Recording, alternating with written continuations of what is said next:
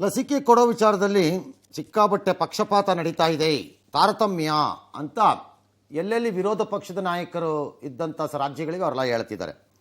ಅಪ್ಪ ಡೆಲ್ಲಿನವರು ಯಾರ್ಯಾರೋ ನಾವು ಬಡ್ಕತಾ ಇದ್ದೀವಿ, ಅದೇ ಸರ್ಕಾರ ಹಿಡ್ಕೊಂಡು ಕೂತಿದ್ದೀವಲ್ಲಪ್ಪ ಇಲ್ಲಿ. ನಾವು ಅದೇ ಕಪಾಳಕ್ಕೆ ಒಳ್ಳೆ ಬೆರಳು ಮೂಡಂಗೆ ಒಡಿಸ್ಕೊತಾ ಇದ್ದೀವಿ ನಾವಿಲ್ಲಿ. ಅದೇ ಗೌರ್ಮೆಂಟೇ ಚೆನ್ನಾಗಿ ಹಚ್ಚಾಗ್ತಾ ಇದ್ದಾರೆ. ಇದೇನಿದ ಈ ಆರೋಪನೇ ಸರಿ ಇಲ್ಲಪ್ಪ. ಎಲ್ಲ ಕಡೆನೂ ಇದೆ ಅಂತ ಎಲ್ಲರಿಗೂ ಅವ್ರು ಒಂದೇ ಥರ ಶಿಕ್ಷೆ ಕೊಡ್ತಿದ್ದಾರೆ ಅಂತ ಬೇಕಾದ್ರೆ ಹೇಳ್ಬೋದು. ಪಕ್ಷಪಾತ ಏನಿಲ್ಲ. ಅದಂಗೆ ನಮಗೇನಾಯ್ತು ಹಂಗಾರೆ? ಇಡೀ ದಕ್ಷಿಣ ಭಾರತದಲ್ಲಿ ಪಾಂಡಿಚೇರಿ ಬಿಟ್ಬಿಡಿ, ಹೊಸದಾಗಿ ಸೇರಿಸ್ಬಿಟ್ಟಿದ್ದಾರೆ. ಇನ್ನೊಂದು ಅದನ್ನ ಹೇಳೋಂಗಿಲ್ವೇ ನಾವು. ಒಂದು ರಾಜ್ಯ ಕೋಣ ಅಂತ ಅವ್ರ ಜೊತೆ ಇರೋದು, ಅದಕ್ಕೆ 25 ಚಿಲ್ಲರೆ MP ಗಳು ಕೊಟ್ಟಿರೋದ್ರ ಕೈಗೆ. ಅದಕ್ಕೆ ಡೋಂಟ್ ಕೇರ್ ಅಂದವ್ರವರು. ಲೆಕ್ಕನೇ ಇಟ್ಕೊಂಡಿಲ್ಲ. ಏನಪ್ಪ ಹಿಂಗಂದ್ರೆ ಕತೆ, ರಾಜಕೀಯ ಮಾಡಬೇಡಿ ಅಂತ BJP ಅವರು, ಕಾಂಗ್ರೆಸ್ ಅವರು ಇದೆಲ್ಲ ಸರಿ ಇಲ್ಲ, ಇದು ರಾಜಕೀಯ ಮಾಡಬೇಡಿ, ಆಯ್ತು ಬಿಟ್ಬಿಡಿ.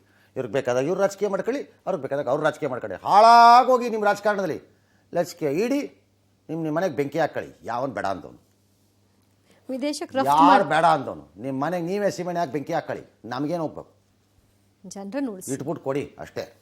ಎಸ್, ಮುಂದಕ್ಕೆ ಹೋಗೋಣ. ಕೊರೋನಾ ಬಂದ್ ಹೋಯ್ತು ಅಂತ ಚೇತರಿಸ್ಕೊಂಡ್ವಿ ಅಂತ ತಲೆ ಕೆಡಿಸ್ಕೊಳ್ದೆ ಇರೋಕ್ಕಾಗಲ್ಲ. ಈಗ ಕೊರೋನಾದಿಂದ ಚೇತರಿಸ್ಕೊಂಡವರಿಗೆ ನಾನಾ ಸಮಸ್ಯೆಗಳು ಶುರುವಾಗ್ತಾ ಇದೆ. ಕೆಲವರಿಗೆ ನಿಶಕ್ತಿ ಬಾಧಿಸ್ತಾ ಇದ್ರೆ, ಇನ್ನು ಕೆಲವರಿಗೆ ಕೀಳ್ನೋವು, ನಿದ್ರಾಹೀನತೆಯಂತಹ ಸಮಸ್ಯೆಗಳು. ಇದೆಲ್ಲ ಸಾಲದು ಅಂತ ಮಾರಕ ಬ್ಲಾಕ್ ಫಂಗಸ್ ಕೂಡ ಕಾಣಿಸ್ಕೊಳ್ಳೋಕೆ ಶುರುವಾಗಿದೆ. ಈಗಾಗಲೇ ದೆಹಲಿ, ಮಧ್ಯಪ್ರದೇಶ, ಗುಜರಾತ್, ಉತ್ತರ ಪ್ರದೇಶ, ತೆಲಂಗಾಣದಲ್ಲಿ ಕಂಡು ಬಂದಿದ್ದಂತಹ ಈ ಮಾರಕ ಬ್ಲಾಕ್ ಫಂಗಸ್ ಇದೀಗ ಕರ್ನಾಟಕಕ್ಕೂ ಬಂದಿದೆ. ಬೆಂಗಳೂರಿನಲ್ಲೇ 33 ಪ್ರಕರಣಗಳು ಪತ್ತೆಯಾಗಿದೆ ಅಂತ ಹೇಳಿದ್ದು ಆರೋಗ್ಯ ಸಚಿವರ ಬಗ್ಗೆ ಏನು ಹೇಳಿದ್ದಾರೆ ನೋಡೋಣ. Let us understand block fungus ಯಾವ ರೀತಿ ಬರ್ತಾ ಇದೆ, ಅದರ ಚಿಕಿತ್ಸೆಯ ವಿಧಾನ ಹೇಗಿರಬೇಕು, ಇದೆಲ್ಲವೂ ಕೂಡ ತಾಂತ್ರಿಕ ಸಲಹಾ ಸಮಿತಿ ಜೊತೆ ಮೊದಲು ಅದರ ವರದಿ ತರಿಸಿಕೊಂಡು ಆ ವರದಿಯ ಆಧಾರದ ಮೇಲೆ ಸರ್ಕಾರದಲ್ಲಿ ಉನ್ನತ ಮಟ್ಟದಲ್ಲಿ ನಾವು ಚರ್ಚೆಯನ್ನು ಮಾಡಿ 2 ದಿನದಲ್ಲೇ ತೀರ್ಮಾನವನ್ನು ತೆಗೆದುಕೊಳ್ಳಿ. ಈ ಕಾರ್ಟಿಕೋಸ್ಟಿರಾಯ್ಡ್ಸ್ ಅಂತ ನಾವು ಈಗ ಕೊಡ್ತಾ ಇದೀವಿ, ಕೋವಿಡ್ ಇನ್ಫೆಕ್ಷನ್ಗೂ ಕೊಡ್ತೀವಿ, ಇದನ್ನ ಟ್ರಾನ್ಸ್ಪ್ಲಾಂಟೇಶನ್ ಆದರ್ಗೂ ಕೊಡ್ತೀವಿ. ಇಮ್ಯುನಿಟಿ ಕಡಿಮೆ ಆಗಿರೋದ್ರಿಂದ ಈ ಬ್ಯಾಕ್ಟೀರಿಯಲ್ ಇನ್ಫೆಕ್ಷನ್ ಮತ್ತು ಈ ಫಂಗಲ್ ಇನ್ಫೆಕ್ಷನ್ ಬಹಳ ಕಾಮನ್ ಆಗಿರುತ್ತೆ. ಸ್ಟೀರಾಯ್ಡ್ ನಾವು ತುಂಬಾ ಲಿಬರಲ್ ಆಗಿ ಯೂಸ್ ಮಾಡಬಾರ್ದು. ಅದರಲ್ಲೂ ಫಂಗಲ್ ಇನ್ಫೆಕ್ಷನ್ ಬಂದ್ರೆ ಟ್ರೀಟ್ ಮಾಡೋದು ಬಹಳ ಕಷ್ಟ. ಅದು ಬ್ರೈನ್ಗೆ, ಅದರಿಂದ ಶ್ವಾಸಕೋಶಕ್ಕೂ ತೊಂದರೆ ಆಗ್ಬೋದು. ಓಕೆ, ಏನಾಗ್ಬೋದು ಹಾಗಾರದು ಅಂತ ಕೇಳ್ತಿದ್ದಾರೆ ಜನ, ಬಹಳ ಜನ. ಮಾರಣಾಂತಿಕನಾ? ಎಲ್ಲ ಪ್ರಕರಣ ಎಲ್ಲವಾಗ್ಲೂ ಮಾರಣಾಂತಿಕ ಅಲ್ಲ, ಕೋವಿಡ್ ಮಾರಣಾಂತಿಕ ಅಲ್ಲ. ಮತ್ತೆ ಸಾವುಗಳಾಗ್ತಾ ಇದೆ ರೈ. ಒಳ್ಳೆ ನೀವು ಸರಿ ಹೋದ್ರಿ. ಇಲ್ಲಿ ಯಾಕೋ ಈಗ 60,000 ಜನಕ್ಕೋ 40,000 ಜನಕ್ಕೋ ಬಂದು ಎಲ್ಲ ಸತ್ತೋದ್ರೇನ್ರಿ? ಮತ್ತೆ ಬಂದವರೆಲ್ಲ ಸತ್ತೋಗ್ಬಿಡ್ತಾನೆ ಅನ್ಕೊಂಬಿಟ್ರೆ ಚೇತರಿಸ್ಕೊಳ್ಳೋರು ಪ್ರಮಾಣ ಸುಮ್ಮನೆ ಗಾಬರಿ ಮಾಡ್ತಾರೆ ಎಲ್ಲರೂ. ಕೋವಿಡ್ ಅಲ್ಲಿ ಸಾವಾಗ್ತಿರೋದುವೇ ಎಲ್ಲರದ್ದು ಅಲ್ಲ, ಕೆಲವು ಪ್ರಕರಣಗಳು ಅರ್ಥ ಆಗ್ತಿಲ್ಲ ವೈದ್ಯ ಲೋಕಕ್ಕೆ. ಯಾಕೆ ಹಿಂಗೆ ಆಗ್ತಾ ಇದೆ? ಪರ್ಟಿಕ್ಯುಲರ್ಲಿ ಯಂಗರ್ ಜನರೇಷನ್, ಯುವಕರಲ್ಲಿ ಸ್ಯಾಚುರೇಷನ್ ಲೆವೆಲ್ ಆಕ್ಸಿಜನ್ ಅಲ್ಲಿ, ಆ ಬ್ಲಡ್ ಅಲ್ಲಿ ಆಕ್ಸಿಜನ್ ಆಗಿರೋದು ಏನಕ್ಕೆ ಇಳಿಯತ್ತೆ ಈ ಥರ ಟಪ ಗೊತ್ತಾಗ್ತಿಲ್ಲ ಕೆಲವ್ರಿಗೆಲ್ಲ. ಕೆಲವು ವಿಚಾರದಲ್ಲಿ ಕೆಲವ್ರಿಗೆ ಅರ್ಥವಾಗ್ತಿಲ್ಲ ಅದು. ಬಟ್ ಜನರಲಿ ಬಂದವರೆಲ್ಲ ಸತ್ತೋಗ್ಬಿಡಲ್ಲ. ಸಾವಲ್ಲಿ ಬಹುತೇಕ ಸಾವುಗಳು ತಡವಾಗಿ ಹೋದ ಪರಿಣಾಮವೇ. Number 1. Number 2 comorbidities. Number 2. Number 3 appropriate time, ಸರಿಯಾದ ಸಮಯಕ್ಕೆ ಸರಿಯಾದ ಸ್ಥಳದಲ್ಲಿ ಸರಿಯಾದ ರೀತಿಯಲ್ಲಿ ಸರಿಯಾದ ಚಿಕಿತ್ಸೆ ಸಿಗದಿರುವುದು. ಅದಕ್ಕಾಗ್ತಿರುತ್ತೆ. ಬಂದವರೆಲ್ಲ ಹೋಗ್ಬಿಡಲ್ಲ ಮನೆಗೆ ಎಲ್ಲರೂ. ಹಂಗೆ ಹೋಗಿದ್ರು ಇಷ್ಟೊತ್ತಿಗೆ ಕರ್ನಾಟಕದಲ್ಲಿ 10 ಲಕ್ಷ ಜನ ಸತ್ತೋಗ್ಬೇಕಾಗಿತ್ತು. ಹಂಗಲ್ಲ ಅದು. ಅದೇ ಥರ ಇದುವೆ, ಎಲ್ಲರಿಗೂ ಬಂದ್ಬಿಡುತ್ತೆ, ಎಲ್ಲರಿಗೂ ಆಗ್ಬಿಡುತ್ತೆ ಅಂತಲ್ಲ, ಬಂದರೆ ಓಕೆ. ಹಾಗಾದ್ರೆ ಈಗ ಕೋವಿಡ್ ಟೈಪು ಮಾಸ್ಕ್ ಹಾಕೊಳ್ಳೋಣ, ಸೋಷಿಯಲ್ ಡಿಸ್ಟೆನ್ಸ್ ಮಾಡೋಣ, ಹೆಂಗೆ ರಕ್ಷಿಸ್ಕೊಂಡ್ಬಿಡೋಣ, ನಮ್ಮನ್ನು ನಾವು ಮನೆ ಒಳಗಡೆ ಇದ್ಬಿಡೋಣ ಅಂತಿದ್ರೆ ಇರ್ಬೋದು. ಇಲ್ಲಿ ಅಂಥ ರಕ್ಷಣೆ ಕಡಿಮೆ ಇದ್ದಂಗಿದೆ. ಯಾಕಂದರೆ ಅದು ನಿಮ್ಮಗಳಿಗೆ ನೀವು ಏನೂ ತಪ್ಪು ಮಾಡಿದ್ರು ಅದು ಬಂದಿರ್ಬೋದು ಬೇಕಾದ್ರೆ. ಅದು ಕಣ್ಣು ನೋವು, ಊತ, ಮುಸುಕಾಗುವುದು, ಮೂಗಿನ ಸುತ್ತ ಕಪ್ಪಾಗುವುದು, ಕೆನ್ನೆಯ ಮೂಳೆಗಳಲ್ಲಿ ದವಡೆ ಇದರಲ್ಲಿ ನೋವಾಗೋದು, ಒಂದು ರೀತಿ ದಡ ಅಂತ ಒಂಥರ ಮರಗಟ್ಟೋದು, ಕೈಯೆಲ್ಲ ಜವ್ ಹಿಡಿಯೋದು ಅಂತೀವಲ್ಲ ಆ ಥರ ಮರಗಟ್ಟು ಬಿಡುತ್ತೆ. ಹಲ್ಲುಗಳು ಲೂಸ್ ಆಗೋದು, ಎದೆ ನೋವು, ಚರ್ಮ ಹಾನಿ ಆಗೋದು, ಒಂಥರ ಏನೋ ಬಂದಂಗೆ ಆಗೋದು, ಶ್ವಾಸಕೋಶದಲ್ಲಿ ನೀರು ಸೇರ್ಕೊಳ್ಳೋದು ನಿಮಗೆ ಗೊತ್ತಾಗಲ್ಲ, ಉಸಿರಾಟದಲ್ಲಿ ಕಾಣಿಸ್ಕೊಳ್ಳೋದು. ಇದರಲ್ಲಿ ಯಾವ್ಯಾವ್ದು ನಿಮಗೆ ಗೊತ್ತಾಗತ್ತೆ ಈ ಆರಂಭಿಕ ಹಂತದಲ್ಲಿ ಗೊತ್ತಾದಾಗ ಯಾರು ಅಲರ್ಟ್ ಆಗಿ ಅತ್ಯಂತ ಎಚ್ಚರಿಕೆಯಿಂದ ತಿಳ್ಕೊಂಡು ಬೇಗ ಟ್ರೀಟ್ಮೆಂಟ್ ಒಳಗೆ ಬಂದಾರೆ ಅದರಲ್ಲೂ ಬಚಾವಾಗ್ತೀರಿ. Okay, curable. Unless if it reaches the brain component, ಮೆದುಳಿನ ಪ್ರದೇಶವನ್ನು ಅದು ಪ್ರವೇಶ ಮಾಡಿದ್ರೆ ಭಾಳ ಕಷ್ಟ ಉಳ್ಕೊಳ್ಳೋದು ಒಬ್ಬ ರೋಗಿ ಅಂತ ಡಾಕ್ಟರ್ ಹೇಳ್ತಾರೆ. ಹಾಗಾಗಿ ಇದೂ ಅಷ್ಟೇ, ಯಾರ್ಯಾರು ಚಿಕಿತ್ಸೆ ತೊಗೊಂಡಾಗಿದೆ, ಪರ್ಟಿಕ್ಯುಲರ್ಲಿ ಸ್ಟೆರಾಯ್ಡ್ ಮೇಲೆ ಹೋಗಿ ಚಿಕಿತ್ಸೆ ತೊಗೊಂಡಿದ್ದೀರಿ, ಭಾಳ ಸ್ಟೆರಾಯ್ಡ್ ಯೂಸ್ ಮಾಡ್ತಾ ಇದ್ದಾರೆ ಈ ಬಾರಿ. ಹಾಗಾಗಿ ಯಾರ್ಯಾರಾಗಿದ್ದಾರೆ ಈ ಥರದ್ದು ಯಾವುದೇ ಒಂದು ಸಣ್ಣದಾಗಿ ನಿಮ್ಗೆ ಏನಾದ್ರು ಕಾಣಿಸಿದ್ರೆ ಕ್ವಿಕ್ಕಾಗಿ ವಾಪಸ್ ಮೆಡಿಕೇಶನ್ಗೆ ಹೋಗಿ, ಡಾಕ್ಟರ್ಗಳ ಹತ್ರ ಹೋಗಿ ಓಕೆ ಅಷ್ಟೇ. ಎಸ್. ಇನ್ನು ರಾಜ್ಯದಲ್ಲಿ ಇವತ್ತು 39,998 ಕೇಸ್ ಬಂದಿದ್ರೆ 517 ಮಂದಿ ಬಲಿಯಾಗಿದ್ದಾರೆ. ಬೆಂಗಳೂರಿನಲ್ಲಿ 16,286 ಕೇಸ್, 275 ಸಾವು. ತುಮಕೂರಿನಲ್ಲಿ 2,360 ಕೇಸ್ ಬಂದಿದೆ. ಇನ್ನು ಶಿವಮೊಗ್ಗ ಇತರೆ ಎಲ್ಲ ಕಡೆಯಲ್ಲೂ ಕೂಡ 1,500ರಿಂದ 2,000 ಸಮೀಪ ಕೇಸ್ಗಳಿದೆ. ದಕ್ಷಿಣ ಕನ್ನಡ, ಬೆಂಗಳೂರು ಗ್ರಾಮಾಂತರದಲ್ಲಿ 1,000ಕ್ಕೂ ಹೆಚ್ಚು ಕೇಸ್ಗಳು ನಮೂದಾಗಿದೆ. ಈ ಮಧ್ಯೆ ಇನ್ನೆರಡು ವಾರದಲ್ಲಿ ಬೆಂಗಳೂರಿನಲ್ಲಿ ಸೋಂಕು ಹತೋಟಿಗೆ ಬರುತ್ತೆ. ಆದರೆ ಗ್ರಾಮೀಣ ಪ್ರದೇಶದಲ್ಲಿ ಸೋಂಕು ಪ್ರಮಾಣ ಏರಿಕೆ ಕಾಣಲಿದೆ ಅಂತ ಸುಧಾಕರ್ ಅವರು ಹೇಳ್ತಾ ಇದ್ದಾರೆ. ಹಳ್ಳಿಗಳಲ್ಲಿ ಸೋಂಕು ನಿಯಂತ್ರಣಕ್ಕೆ ಕೈಗೊಳ್ಳಬೇಕಾದ ಕ್ರಮಗಳ ಬಗ್ಗೆ ಅಧಿಕಾರಿಗಳ ಜೊತೆ ಚರ್ಚೆ ನಡೆಸಿದ್ದೇವೆ. ಈಗಿನಿಂದಲೇ ಕೋವಿಡ್ ಕೇರ್ ಸೆಂಟರ್ ಹಾಗೂ ಸೆಟ್ ಡೌನ್ ಹಾಸ್ಪಿಟಲ್ನ ಸೇರಿ ಎಲ್ಲಾ ವ್ಯವಸ್ಥೆಯನ್ನ ಮಾಡ್ಕೊಳ್ತೀವಿ ಅಂತ ಕೂಡ ಹೇಳಿದ್ದಾರೆ. ಇನ್ನು ಇದೇ ವೇಳೆ ದ್ವಿತೀಯ ಪಿಯುಸಿ ಪರೀಕ್ಷೆ ಮುಂದೂಡಿಕೆ ಆಗಿರುವ ಹಿನ್ನೆಲೆಯಲ್ಲಿ ಸಿಇಟಿ ಪರೀಕ್ಷೆಯನ್ನು ಕೂಡ ಮುಂದೂಡಲ್ಪಟ್ಟಿದೆ. ಜುಲೈ 7, 8, 9ರಂದು ಆಗಬೇಕಾಗಿತ್ತು. ಆದರೆ ಆಗಸ್ಟ್ 28, 29, 30ನೇ ತಾರೀಕು ಪರೀಕ್ಷೆ ನಡೆಸೋ ತೀರ್ಮಾನವನ್ನು ಸರ್ಕಾರ ಪ್ರಕಟ ಮಾಡಿದೆ. ಬೆಂಗಳೂರಿನಲ್ಲಿ ಕಡಿಮೆ ಆಗ್ತಾ ಇದೆ, ಗ್ರಾಮೀಣ ಭಾಗದಲ್ಲಿ ಹೆಚ್ಚಬಹುದು ಅಂತ ಆರೋಗ್ಯ ಮಂತ್ರಿಗಳು ಹೇಳಿದ್ದಾರೆ. ಸರ್, 10 ದಿನದಿಂದ ಬಡ್ಕೊಂಡ್ವಾ ಇದನ್ನ.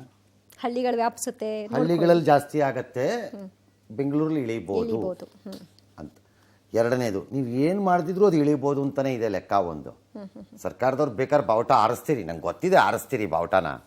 ಈಗ 15 ದಿನ ಆದ್ಮೇಲೆ ಇಳಿದ ತಕ್ಷಣ ಸರ್ಕಾರ ತೆಗೆದುಕೊಂಡು ಎಲ್ಲ ಕಟ್ಟುನಿಟ್ಟಿನ ಕ್ರಮಗಳಿಂದಾಗಿ ರಾಜ್ಯವನ್ನು ರಕ್ಷಿಸಿದ ಯಡಿಯೂರಪ್ಪನವರಿಗೆ ಅನ್ಕೊಂಡು ಬೇಕಾದ್ರೆ ಬೋರ್ಡ್ ಹಾಕತ್ತೀರಿ, ಜೈವಿಗೆ ಹೋಗತ್ತೀರಿ, ಎಲ್ಲ ಬೋಗಸ್. ಬಟ್ ಆ ಹಳ್ಳಿಗಳ ಡ್ಯಾಮೇಜ್ ಆಗ್ತಿರುತ್ತಲ್ಲ ಸರ್. ಏನೋ ಇದು ಕತೆ. ಒಂದು ವಿರಾಮಕ್ಕೆ ಹೋಗಬೇಕು, ವಾಪಸ್ ಬರೋಣ. ವಾಪಸ್ ಬಂದಾಗ ನಂಬರ್ ಕಡಿಮೆ ಆಗ್ತಾ ಇದೆ ಅಂತ ಎಲ್ಲ ಹೇಳ್ತಾರೆ. ನಂಬರು ಕಡಿಮೆ ಆಗ್ತಿದೆ ಅನ್ನೋದನ್ನು ಸರ್ಕಾರಿ ಅಂಕಿ ಅಂಶದಿಂದ ಒಪ್ಪಿಕೊಂಡು ತಲೆಬಾಗಿಸಿ ನಿಲ್ಲುವ ಕಾಲ ಸತ್ತೋಗಿದೆ. We simply do not have any confidence on government data. ಈ ರಾಜ್ಯ ಸರ್ಕಾರಗಳು ಕೊಡ್ತಾ ಇರುವಂಥ ಅಂಕಿಅಂಶಗಳ ಮೇಲೆ ಯಾವ ನಂಬಿಕೆಗಳು ಉಳ್ಕೊಂಡಿಲ್ಲ, ನಮ್ಮ ಸುತ್ತಲೂ ನಡೀತಿರೋ ರೀತಿ ನೋಡಿದ್ರೆ.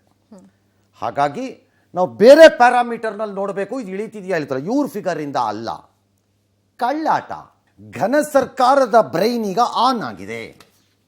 ಏನಂಗಂದ್ರೆ ಸರ್, ಆಫ್ ಆಗಿತ್ತು, ಇಷ್ಟೊತ್ತು ಆನ್ ಆಯಿತು.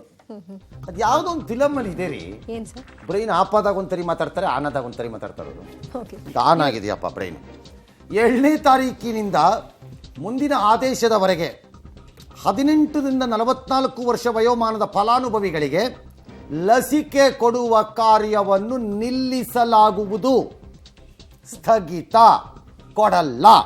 ಯಾರಿಗೆ? ಹೊಸದಾಗಿ ಬರೋರಿಗೆ ಮತ್ತು ಈಗಾಗಲೇ ನೋಂದಾಯಿಸಿಕೊಂಡಿದ್ದರೂ, ಸಮಯ ನಿಗದಿಪಡಿಸಿದ್ದರೂ. ಮತ್ತು ಗಲಾಟೆ ಮಾಡಬೇಡಿ. ಕೋವಿಡ್ ಕೇರ್ ಲಸಿಕೆ ಕೇಂದ್ರ ಹತ್ರ ಇದೆಯಲ್ರಿ, ಮಕ್ಕಕ್ಕೆ ಟಿವಿ ಬಿಡಿ, ಮೊಬೈಲ್ ಯಾರಿಗೂ ಅಲ್ಲಿ ಹೋದ್ರು ಕೊಡಲ್ಲ. ಅವರು ಹೇಳ್ಬಿಟ್ಟಿದ್ದಾರೆ. ಈಗಾಗಲೇ ಲಸಿಕೆಗೆ ಸಮಯ ನಿಗದಿಪಡಿಸಿದ್ದರೂ ಅವ್ರಿಗೂ ಕೊಡಲ್ಲ, ಮತ್ತು ಯಾರಿಗೂ ಕೊಡಲ್ಲ. ಅದಕ್ಕೆ ರಾಜ್ಯ ಹೇಳ್ತಿದೆ, ನಮಗೆ 2 ಮಾರ್ಗದಲ್ಲಿ ಲಸಿಕೆ ಬರುತ್ತೀಗ. ಒಂದು, ಕೇಂದ್ರ ಸರ್ಕಾರ ಕೊಡ್ತಿರೋದು ತನ್ನ ಪಾಲಿನಿಂದಾಗಿ 50% ಇದೆಯಲ್ಲ, ಅದರಲ್ಲಿ ಇನ್ನು 50% ಮಾರ್ಕೆಟಿಗೆ ಬಿಟ್ಬಿಟ್ಟಿದಾರಲ್ಲ ಇವರು, ನೀವು ತಗೊಳ್ರಪ್ಪ ಅಂತ. ಅದನ್ನ ನಾವು ಖರೀದಿ ಮಾಡ್ತಾ ಇದ್ದೀವಲ್ಲ, ಅದು ಎರಡನ್ನೂ ಈಗ 2ನೇ ಡೋಸ್ನವ್ರ ಕಡೆಗೆ ತಿರುಗಿಸ್ಬಿಡ್ತೀವಿ, ಅವ್ರನ್ನ ಕಂಪ್ಲೀಟ್ ಮಾಡೋಣ ಅಂತ ಈಗ ಒಂದು ಆರ್ಡರ್ ಕೊಟ್ಟಿದ್ದಾರೆ. ಇದು ಬ್ರೈನ್ ಆನ್ ಆಗಿದೆ. ಈಗ ನನಗೆ ಗೊತ್ತಿಲ್ಲಪ್ಪ, ನಾಳೆ ಮತ್ತೆ ಆಫ್ ಆದಾಗ ಇನ್ನೇನಾರು ಬಂದು ನಾನೇನು ಮಾಡೋಕ್ಕಾಗಲ್ಲ. ಸದ್ಯದ ಪರಿಸ್ಥಿತಿಯಲ್ಲಿ ಸದ್ಯಕ್ಕೆ ಆನ್ ಇದೆ, ಇದು ಬಂದಿದೆ. ಆಫ್ ಆದಾಗ ನಮಗೆ ಗೊತ್ತಿಲ್ಲ, ಆಫ್ ಆದಾಗ ಬೇರೆ ಬರ್ಬೋದು. ಏನಾಗುತ್ತೋ ಗೊತ್ತಿಲ್ಲ ಇದರಲ್ಲಿ. ಬಟ್ ನಾಳೆ ಅಂತೂ ಸಿಗತ್ತೆ ಅಲ್ಲ, ಗ್ಯಾರಂಟಿ ತಾನೇ ಆರ್ಡರು. ಇದೇನು ಸರ್, ಸರ್ಕಾರದ್ದೇ ಕಾಪಿ ಇದು? ಇಲ್ಲ, ಹೋದ್ ಸರಿ ಅದು ಯಾವುದೋ ಒಂದು ಯಾರೋ ಬೋಗಸ್ ಹಾಕ್ಬಿಟ್ಟಿದ್ದಾರೆ ಅಂತ ಹೇಳ್ಬಿಟ್ರಲ್ಲಪ್ಪ ಆರ್ಡರ್. ಸೀಲ್ ಸಿಗ್ನೇಚರ್ ಇದೆಯಾ ನೋಡ್ಕೊಬೇಕು ಸರ್. ಇನ್ನು ಗ್ಯಾರಂಟಿನ ಗೊತ್ತಿಲ್ಲ, ಗ್ಯಾರಂಟಿ ಅನ್ಕೊಳ್ಳೋಣ ಸದ್ಯಕ್ಕೆ ನೋಡೋಣ. ಓಕೆ ಮುಂದಕ್ಕೂ. ಓಕೆ. ಐ ರಿಪೀಟ್, 18ರಿಂದ 44 ವರ್ಷ ವಯೋಮಿತಿಯಲ್ಲಿರುವ ಯಾರಿಗೂ 7ನೇ ತಾರೀಕಿನಿಂದ ಲಸಿಕೆ ಕೊಡಲ್ಲ. 8ನೇ ತಾರೀಕಿನಿಂದ ಈ ಮೊದಲೇ ನೀವೇನಾದ್ರು ನಿಗದಿ ಮಾಡ್ಕೊಂಡಿದ್ರೆ ಸಮಯನ ಆ್ಯಪಲ್ಲೋ ಗಿಪ್ಪಲ್ಲೋ ಅವ್ರಿಗೂ ಕೊಡಲ್ಲ. 14ರಿಂದ ಹಾಂ, 14ರಿಂದ ಏನು 14ರಿಂದ ಕೊಡಲ್ಲ. 14ನೇ ತಾರೀಕು ಮೇ 14ನೇ ತಾರೀಕಿಂದ ಕರೆಕ್ಟ್. ಸಾರಿ, 14ನೇ ತಾರೀಕಿಂದ. ಇವತ್ತು 12 ತಾನೆ. ಹಾಂ ಸರ್. ಹಾಂ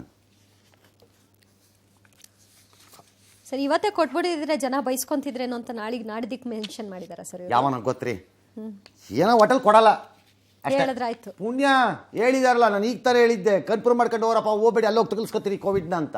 ಹೌದು. ಎಸ್. ಇನ್ನು ಕಳ್ಳಾಟಕ್ಕೆ ಹೋಗೋಣ. ವಿಲ್ ಗೋ ಬ್ಯಾಕ್ ಟು ಕಳ್ಳಾಟ. Yes sir. ಏನು ಕಳ್ಳಾಟ? ಟೆಸ್ಟ್. ಪ್ರಮಾಣ ಇಳಿಮುಖವಾಗ್ತಾ ಇದೆ ಅಂತ. ಇಳಿಮುಖವಾಗತ್ತೆ. Every wave will have a peak. ಎಲ್ಲ ಅಲೆಗೂ ಒಂದು ಪೀಕ್ ಇದೆ. ಆ ಪೀಕ್ ಆದಮೇಲೆ ಅದು ಇಳಿಯತ್ತೆ. ಯಡಿಯೂರಪ್ಪನವ್ರನ್ನ ಕೇಳ್ಕೊಂಡು ಇಳಿಯಲ್ಲ, ಅದು ಅದ್ರ ಪಡ್ಗೆ ಅದು ಹೇಳ್ಕೊಳತ್ತ ಆಮೇಲೆ ಅಷ್ಟೇ. ಹೌದು. ಬಟ್ ಸ್ಟಿಲ್ ಟೆಸ್ಟನ್ನೇ ಡೌನ್ ಮಾಡ್ತಾ ಹೋದ್ರೆ, ನೆನ್ನೆ ಹೇಳಿದ್ವಿ, ಕೇಸು ಕಡಿಮೆ ಆಗುತ್ತೆ. ಮಾನ್ಯ ಉಪಮುಖ್ಯಮಂತ್ರಿಗಳು ಎಗೇನ್ ಹೊಸ ಡ್ರೆಸ್ ಎಲ್ಲ ಅವ್ರದ್ದು, ಇದು ಹೊಸ ಡ್ರೆಸ್ ಎಲ್ಲ ಮಾಡ್ಕೊಂಡಿದಾರಲ್ಲ ಅವ್ರು. ಏನದು ಐಡಿಯಾ? ಏನೋ ಹೊಸ ಏನೋ ಪೊಸಿಷನ್ಗೆ ರೆಡಿ ಆಗ್ತಾವ್ರಪ್ಪ ಡ್ರೆಸ್ ಎಲ್ಲ ನೋಡಿದ್ರು ಅವ್ರು. ಇರಲಿ, ಏನೋ ಸ್ಕೆಚ್ ಅವ್ರು ಹೇಳ್ತಾರೆ ಹಾಗೆಲ್ಲ ಏನಿಲ್ಲ ಅಂತ. World wide proved more that. ಪ್ರಧಾನಮಂತ್ರಿಗಳೇ ಹೇಳಿರೋದು, mister Ashwath Narayan, deputy chief minister, ನಾನಲ್ಲ. ನೀವು ಯಾರ ಮಾತು ಕೇಳ್ಕೊಂಡು ಎಲ್ಲ ಕೆಲಸ ಮಾಡ್ತೀರೋ ಅವ್ರು ಹೇಳಿರೋದು. ಟೆಸ್ಟ್ ಟ್ರೇಸ್, ಟೆಸ್ಟ್ ಟ್ರೇಸ್ ಅಂತ ಯಾರು ಹೇಳಿರೋದು? ಮೋದಿ. ಮೋದಿಯವರು. ಅಶ್ವಥ್ ನಾರಾಯಣ್ಗೆ ಎಷ್ಟು ಧೈರ್ಯ ಇರಬೇಕು ಇದಕ್ಕೆ ವಿರುದ್ಧವಾಗಿ ಹೇಳೋದಾದ್ರೆ. ಹಾಂ, ಮೋದಿಯವ್ರ ವಿರುದ್ಧ, ಅವ್ರು ಹೇಳಿದನ್ನೇ ಫಾಲೋ ಅವ್ರ ವಿರುದ್ಧ. ಅವ್ರು ಹೇಳಿದನ್ನೇ ಫಾಲೋ ಮಾಡಲ್ವಾ? ಟೆಸ್ಟ್ ಇಳಿಸ್ಕೊಂಡು ಹೋದ್ರೆ ಇನ್ನೇನಾಗತ್ತೆ? ನಂಬರ್ ಬರದೆ. ಮೇ 5ನೇ ತಾರೀಕು 59,000, 23,000 ಬಂತು. ಮೇ 6ನೇ ತಾರೀಕು 60,000, 23,000 ಬಂತು. ಮೇ 7ನೇ ತಾರೀಕು 60,000, 21,000. ಮೇ 8 ನೋಡಿ 57ಕ್ಕೆ ಹೋದ್ರು, 20ಕ್ಕೆ ಇಳಿಸಿದ್ರು. 9ಕ್ಕೆ 51ಕ್ಕೆ ಹೋದ್ರು, 20ಕ್ಕೆ ಬಂತು. ಅಲ್ಲೇ ಮ್ಯಾನೇಜ್ಮೆಂಟು. ಇದು ಈ ಫಿಗರ್ ಇದೆಯಲ್ಲ, ಸಂಜೆ ಹೊತ್ತಲ್ಲಿ 4 ಜನ ಯಾರೋ ಕೂತ್ಕೋತಾರೆ ಇವರು. ಓಕೆ. ಎಷ್ಟಾಕಣ? ಅದು ಹೆಂಗೆ ಸರ್ ಇದೆ? ತುಂಬ ಜಾಸ್ತಿ ಬೇಡ, ಕಮ್ಮಿ ಒಂದು ಮೀಡಿಯಮಾಗಿ ಹಾಕೊಂಡು ಹೋಗೋಣ. ಈ ಹಳೇ ಕಾಲದಲ್ಲಿ ದಸರಾ ನಡೀತಿತ್ತು. ನಮ್ಮಲ್ಲಿ ಭಾಳ ದಿನ ಪತ್ರಕರ್ತರುಗಳು ಏನು ಮಾಡ್ತಿದ್ವಿ, ನಮ್ಗೆ ಲೆಕ್ಕ ಸಿಗ್ತಿರ್ಲಿಲ್ಲ. ಮೈಸೂರು KR ಸರ್ಕಲ್ನಲ್ಲಿ ನಿಂತ್ಕೊಂಡ್ಬಿಡೋದು ದಸರಾ ಎಲ್ಲ ಮುಗಿದ್ಮೇಲೆ. ಯಾರು ಒಬ್ರು ಸೀನಿಯರ್ ಕೇಳೋರು, ಇದು ಎಷ್ಟಾಕಣ ಜನ ಈ ಸರಿ? ಓ, ಇಷ್ಟು ಜನ ಸೇರಿದ್ರು ಅಂತ. ಹಾಂ, ಅಷ್ಟು ಲಕ್ಷ ಜನ ನೋಡಿದ್ರು ಅಂತ ಹೇಳ್ಬೇಕಲ್ಲ. ಯಾರೋ ಒಬ್ರು ಸೀನಿಯರ್ ಒಂದು ಐಡಿಯಾ ಕೊಡೋರು, 2 ಲಕ್ಷ ಇರಬೇಕಲ್ಲ ಈ ಸರಿ. ಇಲ್ಲ 3 ಲಕ್ಷ ಇದೆ ಈ ಸರಿ. ಓಕೆ. ಹೌದಾ, ಸರಿ, ಎಲ್ಲ ಕಾಮನ್ ಆಗಿ ಒಂದು ಫಿಗರ್ ಹಾಕು. 3 ಲಕ್ಷ, 3 ಲಕ್ಷ ಜನರಿಂದ ದಸರಾ ವೀಕ್ಷಣೆ ಅಂತ ಎಲ್ಲ ಬರ್ಕತ್ತಿದ್ವಿ ನಾವು.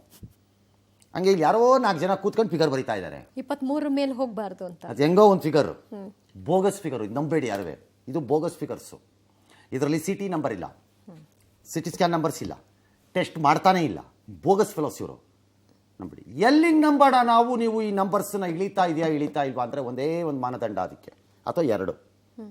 ನಂಬರ್ 1, ಆಸ್ಪತ್ರೆಗಳಲ್ಲಿ ವೆಂಟಿಲೇಟರ್ಗಳು, ಬೆಡ್ಗಳು ಖಾಲಿ ಆದವು.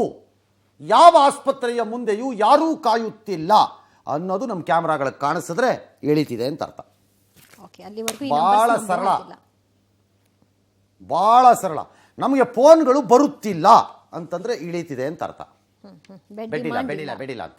ನಂಬರ್ 2, ಶವಾಗಾರದ ಮುಂದೆ ಹೆಣಗಳು ಕ್ಯೂ ನಿಲ್ಲುತ್ತಿಲ್ಲ ಅಂದರೆ ಸಾವಿಳಿತಿದೆ ಅಂತ.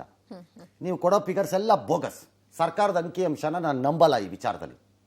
ನೀವು ನಂಬ್ಕೊಳ್ಳೋದಾದ್ರೆ ನಂಬ್ಕೊಳ್ಳಿ. ಇಂಡಿಯಾ ದೇಶದಲ್ಲಿ ಸೋಂಕು ಕಡಿಮೆ ಆಗ್ತಾ ಇದೆ, ಸಾವು ಮಾತ್ರ ಹೆಚ್ಚಾಗ್ತಾ ಇದೆ. 4,205 ಮಂದಿ ನಿನ್ನೆ ಬಲಿಯಾಗಿದ್ದಾರೆ.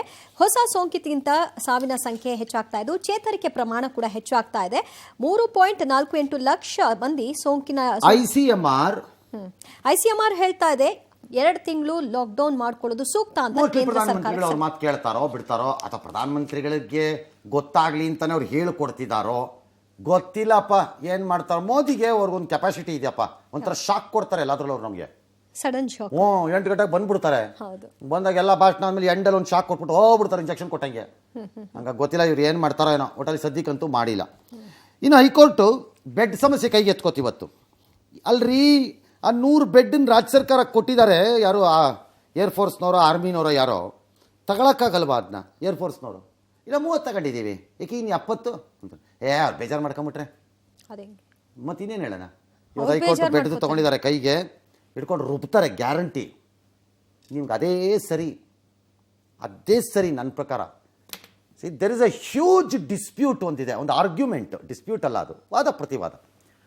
The limits of an executive and a judiciary ಅಂತ. ಐ ಟೆಲ್ ಯು, ಈ ಟೈಮಲ್ಲಿ ಜುಡಿಷಿಯರಿ ಇಂಟರ್ಫಿಯರ್ ಆಗದೆ ಹೋಗ್ಬಿಟ್ರೆ ಹೇಳ್ತೀನಿ, ಇವ್ರ ಜೊತೆ ನಮಗೆ ಬದುಕಕ್ಕಾಗಲ್ಲ. ಕರೆಕ್ಟಾಗಿದೆ ಈಗ ಹೈಕೋರ್ಟ್ ಮಾಡ್ತಿರೋದು ನನ್ನ ಪ್ರಕಾರ. ಕ್ಲಾಸ್ ತೊಗೊಂಡಿದ್ದಾರೆ ಸರಿಯಾಗಿ, ಇಡ್ರಿ ಲೆಕ್ಕ ಎಲ್ಲ ಕರೆಕ್ಟಾಗಿ ನೋಡ್ತೀವಿ ನಿಮಗೆ ಅಂತ. ಈ ಮಧ್ಯ ಆಕ್ಸಿಜನ್ ದುರಂತ ಚಾಮರಾಜನಗರದ್ದು ಇದೆಯಲ್ಲ, ಹೈಕೋರ್ಟ್ ನೇಮಿಸಿದ್ದ ನಿವೃತ್ತ ನ್ಯಾಯಮೂರ್ತಿ ವೇಣುಗೋಪಾಲ್ ಗೌಡ ಅವರದ್ದು ಸಮಿತಿಗೆ ಹೈಕೋರ್ಟ್ಗೆ ವರದಿ ಕೊಟ್ಟಿದ್ದಾರೆ. ಅಲ್ಲವರೆಲ್ಲರಿಗೂ ಪರಿಹಾರ ಕೊಡಿ ಅಂತ ಹೇಳಿದ್ದಾರೆ. ಸಾರ್ ಪರಿಹಾರ ಏನೋ ಕೊಡಿಸ್ಬಿಟ್ರಿ ಸಾರ್, ನಮ್ಮ ಕಾಸಲ್ಲೇ ಪರಿಹಾರ ಕೊಟ್ಬಿಟ್ಟು ಮನೆಗೆ ಹೋಗ್ಬಿಡ್ತಾರೆ ಸರ್ ಎಲ್ಲ ಭದ್ರವಾಗಿ ಮಲೆಕಂಡು. ಅದೇ ಆಗೋದು. ಅವ್ರಿಗೇನಾಗತ್ತೆ ಸರ್? ಅವ್ರಿಗೇನೂ ಆಗಲ್ಲ. ಅವ್ರಿಗೆ ಯಾರ್ಯಾರು ಕ್ರಿಮಿನಲ್ಗಳು ಅವ್ರು ನಮ್ಮ ಮೇಲೆ ಮೀಸೆ ತಿರುಗಿಸ್ಬಿಟ್ಟು ನಮ್ಮ ದುಡ್ಡೇ ಕೊಟ್ಟು ಹೋಗ್ತಾರೆ ಈಗ. ಹಂಗಾಗದು ಯಾರು ಕ್ರಿಮಿನಲಿ ಲಯಬಲ್ ಅನ್ನೋದನ್ನ ಫಿಕ್ಸ್ ಮಾಡಿಸ್ಬೇಕು. ಸರ್ಕಾರ ಒಬ್ರನ್ನ ಕಳಿಸ್ಕೊಟ್ಟಿತ್ತು ಆಫೀಸರ್ನ, ಅವ್ರು ಏನು ಮಾಡಿದ ದಿನನೇ ಹೋಗಿ ಕಾರಲ್ಲೇ ಕೂತ್ಕೊಂಡು ಟಿ ವಿಗೆಲ್ಲ ಸ್ಟೇಟ್ಮೆಂಟ್ ಕೊಡ್ತಿದ್ರು. ಅವ್ರು ಎಲ್ಲೋ ಆ ಪಾರ್ಟಿ, ಅವ್ರದ್ದೆಲ್ಲಿ ರಿಪೋರ್ಟ್? ಶಿವಯೋಗಿ ಕಳ್ಸೋದು. ಅವರೆಲ್ಲಿ ರಿಪೋರ್ಟ್? ಮೋಸ್ಟ್ಲಿ ಅವ್ರ ಪೆನ್ನಲ್ಲಿ ಇಂಕ್ ಮುಗಿದೋಗಿರ್ಬೋದು. ಎಲ್ಲ ಮುಗಿದ ಮೇಲೆ ಕೊಡ್ತಾರೆ. ಅಲ್ಲ, ಇಂಕ್ ಆಗೋಗಿದೆ ಪೆನ್ನಲ್ಲಿ. ಓಕೆ, ರಿಪೋರ್ಟ್ ಕೊಡಕ್ಕೆ ತಡ ಆಗುತ್ತೆ. ಬರೆಯಕ್ಕ ಹೊಸ ಪೆನ್ ಸಿಗಲ್ಲ. ಲಾಕ್ಡೌನ್ ಇದೆ ರೀ, ರೀಫಿಲ್ ಸಿಗಲ್ಲ.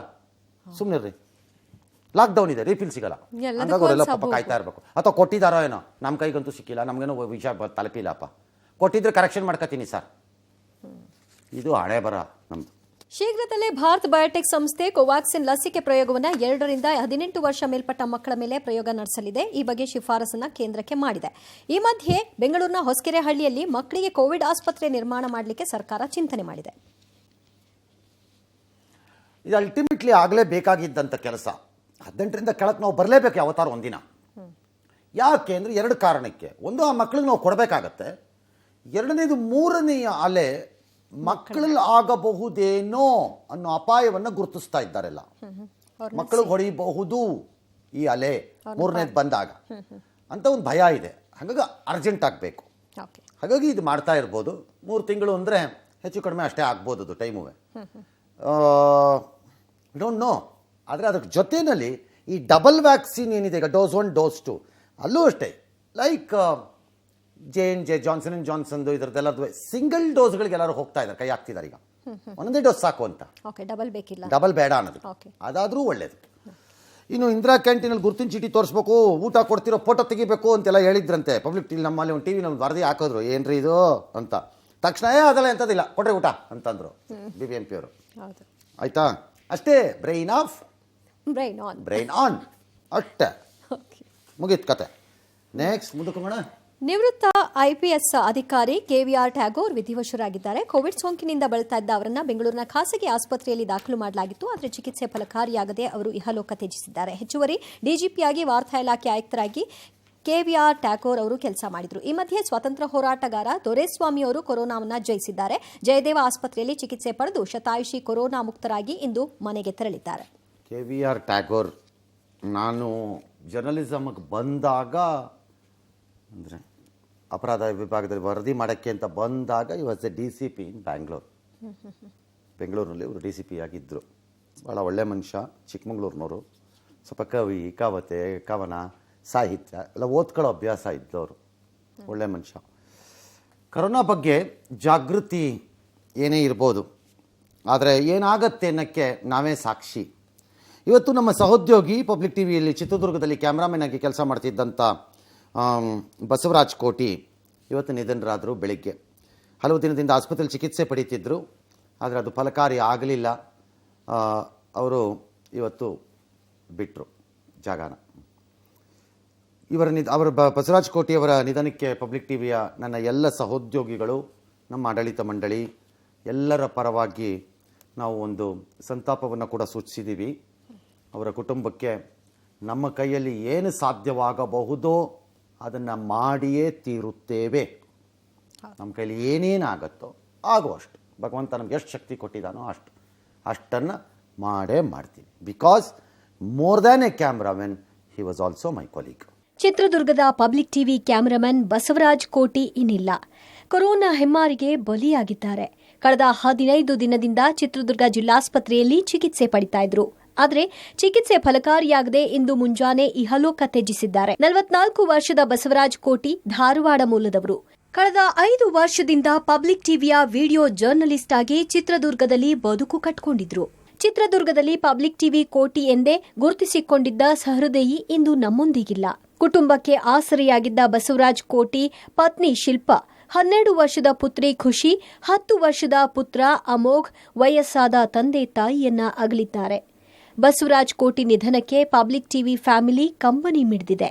ಪಬ್ಲಿಕ್ ಟಿವಿ ಆಡಳಿತ ಮಂಡಳಿ ಮೃತರ ಕುಟುಂಬಕ್ಕೆ 10 ಲಕ್ಷ ರೂಪಾಯಿ ನೆರವು ಘೋಷಿಸಿದೆ. ಮೃತ ಬಸವರಾಜ್ ಕೋಟಿ ಅಂತ್ಯಕ್ರಿಯೆ ಅವರ ಸ್ವಗ್ರಾಮ ಧಾರವಾಡದ ಕಮಲಾಪುರದಲ್ಲಿ ಕೋವಿಡ್ ನಿಯಮಗಳ ಅನುಸಾರ ನೆರವೇರಿದೆ. ದೇವರು ಕೋಟಿ ಕುಟುಂಬಕ್ಕೆ ದುಃಖವನ್ನ ಭರಿಸುವ ಶಕ್ತಿ ಕರುಣಿಸಲಿ. S Siddaraju, public TV, Chitradurga. ಎಚ್ಚರಿಕೆಯಿಂದ ಇರಬೇಕು ಅನ್ನೋದು. ಪ್ಲಸ್ ಎಚ್ಚರಿಕೆಯಿಂದಿದ್ರು ಪಾಪ ಅವ್ರಿಗೆ ಹಂಗಾಯ್ತು. ಅವ್ರ ಕರ್ತವ್ಯನೇ ಹಾಗೆ ಮಾಡಿತ್ತೋ ಏನೋ ಅವ್ರನ್ನ ಗೊತ್ತಿಲ್ಲ. I don't know what happen. ಬೆಂಗಳೂರಿನಲ್ಲಿ ಸಂಜೆಯಿಂದ ಮುಂಗಾರು ಮಳೆಯ ಅಬ್ಬರ, ಗುಡುಗು ಸಹಿತ ಮಳೆ, ರಸ್ತೆಯಲ್ಲಿ ನೀರು ಹರಿತು. ಆದರೆ ರಸ್ತೆಯಲ್ಲಿ ಯಾರೂ ಇರಲಿಲ್ಲ, ಹಂಗಾಗಿ ಬಚಾವು. ಯಾರೋ 4-5 ಗಾಡಿ ಓಡಾಡಿದ್ರೆ ಒಂಚೂರು ಪ್ರಾಬ್ಲಮ್ ಆಗಿರ್ಬೋದು ಅಷ್ಟೇ, ಇನ್ನು ಯಾರಿಗೂ ಏನೂ ಆಗಿಲ್ಲ. ಒಂದಷ್ಟು ಕಡೆ ಮರ ಬಿದ್ದಿದೆ, ಅದು ಏನು ಪ್ರಾಬ್ಲಮ್ ಇಲ್ಲ, ಅದ್ರ ಪಾಡ್ಗೆ ಅದು ಬಿದ್ದುಕೋತು ಮರಗಳು, ಯಾಕಂದರೆ ಅಲ್ಲೂ ಏನು ಗಾಡಿ ಇರಲಿಲ್ಲ. ಮೈಸೂರಿನಲ್ಲೂ ಸಣ್ಣಕ್ಕೆ ಮಳೆ ಆಗಿದೆಯಂತೆ. 4 ದಿನಗಳ ಕಾಲ ದಕ್ಷಿಣ ಒಳನಾಡು ಮತ್ತು ಕರಾವಳಿನಲ್ಲಿ ಮಳೆ ಆಗ್ಬೋದು ಅಂತಿದ್ದಾರೆ ಹವಾಮಾನ ಇಲಾಖೆಯವರು. ನೋಡೋಣ, ಕಾಯೋಣ.